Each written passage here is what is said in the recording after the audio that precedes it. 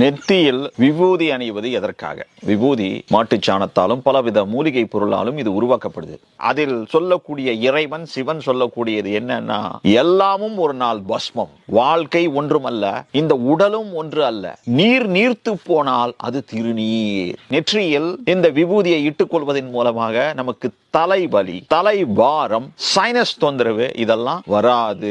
இறைவனை நினைத்து நெற்றியில் இட்டுக் கொள்வதன் மூலமாக எப்பவுமே நீ பாசிட்டிவ் எனர்ஜியோட இருப்ப. அந்த தலையில் இருக்கக்கூடிய நீர்த்தன்மையை இழுத்துக்கொள். விபூதி கீழே மட்டும்தான் இட்டுக் கொள்வதல்ல, எல்லாம் மணிக்கட்டு எங்கெங்கெல்லாம் ஜாயிண்ட் இருக்கோ அங்கெல்லாம் பூசணும். ஜாயிண்ட்ல நீர் கோத்துடும். அந்த நீர் கோத்துட்டா அது வலியை ஏற்படுத்தும். விபூதியை இட்டுக் கொள்வதன் மூலமாக அதில் இருக்க ஈரத்தன்மையை இழுத்துக் கொள்ளும்.